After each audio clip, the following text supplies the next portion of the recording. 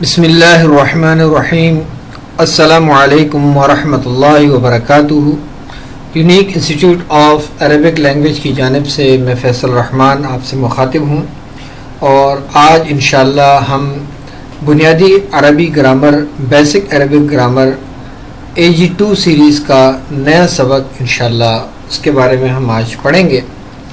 آج کا ہمارا نیا سبق جو ہے وہ سبق نمبر 8، صفاتی اور اعشاری اعداد، adjective numbers and decimal numbers. اس سبق میں انشاءاللہ ہم ان اعداد کے بارے میں جانیں گے. پچھلا سبق ہمارا اسم العدد کے بارے میں تھا، اور آج جو ہے صفاتی اور اعشاری اعداد کے بارے میں ہے، اور یہ دونوں بہت ہی آسان اور بہت ہی مزیدار سبق ہیں. اس میں زیادہ کوئی اتنی فہم والی بات نہیں ہے کہ آپ نے بہت زیادہ غور کرنا ہے.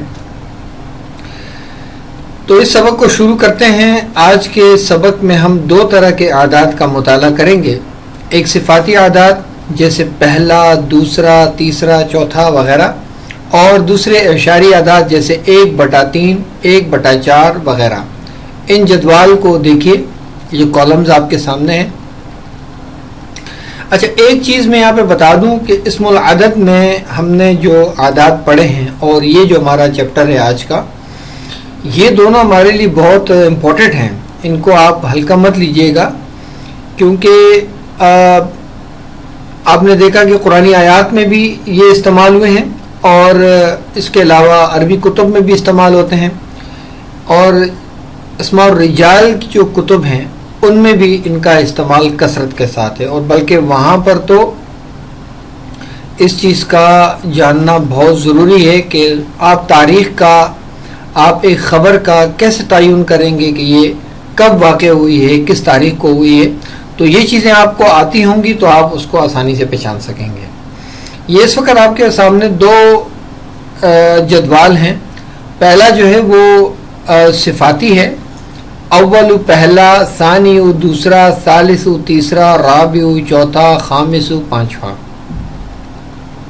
سادس چھٹا، سابق ساتواں، ثامن آٹھواں، تاسع نواں، عاشر 10واں. یہ 10 تک جو ہے یہ آپ نے یاد کرنا ہوگا اس کو، ٹھیک ہے. اور پھر اس کے بعد یہ اعشاری اعداد ہیں، ان کو آپ نے یاد کرنا ہوگا. واحد، تثنیہ اور جمع میں، یعنی ان کی اعداد میں، عدد میں یہ 3 طرح کے ہوتے ہیں: واحد، تثنیہ اور جمع. نصف، ایک آدھا، یعنی ایک کا جو آدھا ہے وہ، اور نصفانی، 2 آدھے آدھے، اور اس کے بعد اس کی جمع نہیں ہے. پھر اس کے بعد ثلث،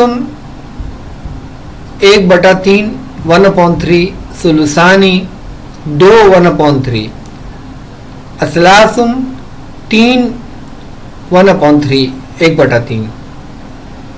تو یہ آپ نے اسی طرح اس کو یاد کرنا ہوگا، ٹھیک ہے. یہ ایک ایک لائن جیسے اس کی آپ نے کہ نصف، نصفانی، ثلث، ثلثانی، اثلاث، یہ یاد کرنے کا طریقہ ہے. ربع، ربعانی، ارباع، خمس، خمسانی، اخماس. یہ چیز اس کے ساتھ آپ نے اس والے کالم کو یاد کرنا ہوگا. نصفن کا مطلب ہے 1/2، ثلثن کا مطلب 1/3، ربعن کا مطلب 1/4، خمسن 1/5، 1/5، سدسن 1/6، 1/6، سبعن 1/7، 1/7. اس طرح سے آپ نے 10 تک اس کو یاد کرنا ہے. یاد کرنے کا طریقہ ایک اور یہ بھی ہے کہ آپ نصف کو یاد کریں اور اس کو یاد کریں ساتھ میں، ثلثن کو یاد کریں اور 1/3 کو یاد کریں. بیچ والی جو یہ کالمز ہیں ان کو آپ چھوڑ دیں. جب آپ کو یہ پکے یاد ہو جائیں، اچھی طرح یاد ہو جائیں، پختہ یاد ہو جائیں، پھر اس کے بعد آپ نے ان کی یہ گردانیں جو تثنیہ اور جمع میں، ان کو آپ نے ملا لینا اس کے ساتھ. تو یہ بہت ہی بیسٹ طریقہ ہے یاد کرنے کا. یہاں آپ دیکھ لیں، اعشاری اعداد کی جمع کی مدد سے مزید پیچیدہ اعداد کے نام بنائے جا سکتے ہیں. یعنی یہ جو اوپر کالمز ہیں ان کی مدد سے آپ مزید جو پیچیدہ اعداد ہوتے ہیں ان کو آپ بنا سکتے ہیں. مثلا یہاں پر دیکھیں 3/4 لکھا ہوا ہے نا،